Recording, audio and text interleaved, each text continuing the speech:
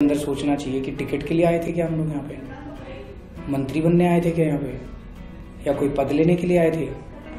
अगर मन के अंदर झांक के देखना चाहिए, मन के किसी कोने में अगर हमारे कुछ भी जरा सा स्वार्थ है तो उसके ऊपर हमें काम करना पड़ेगा, क्योंकि वो स्वार्थ फिर हमें बहुत तंग करता है। बाद में फिर हमारे मन में बार बार आता है, यार मैंने क्या किया, मैंने क्यों किया। तो ये दो सोचना चाहिए कि हमें कुछ नहीं मिलने वाला। जैसे कई लोग आके मुझसे पूछते हैं जी अगर मैं करूंगा तो मुझे क्या मिलेगा, तो मैं तो उनको यही कहता हूँ, भी बदले में डंडे मिलेंगे, जेल जाना पड़ेगा, घर बर्बाद हो जाएगा। अगर जुड़ना है तो जुड़ो। दूसरा है स्वराज, जो हमारा मकसद है, हमारा मकसद है स्वराज और भ्रष्टाचार मुक्त भारत।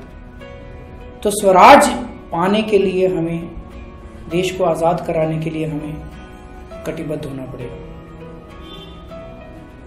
और ये स्वराज की भी कई बार बड़ी अजीब अजीब धारणाएं बना लेते हैं।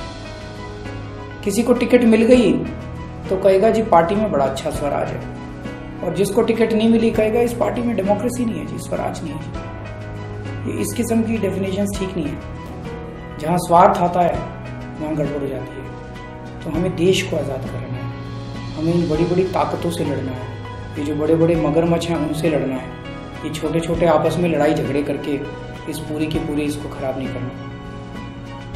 तीसरा, ईमानदारी। अगर हम भ्रष्टाचार मुक्त भारत चाहते हैं तो खुद भी ईमानदार बनना पड़ेगा। तो ईमानदारी जब मैं कहता हूं तो इसके बहुत सारे मतलब निकलते हैं।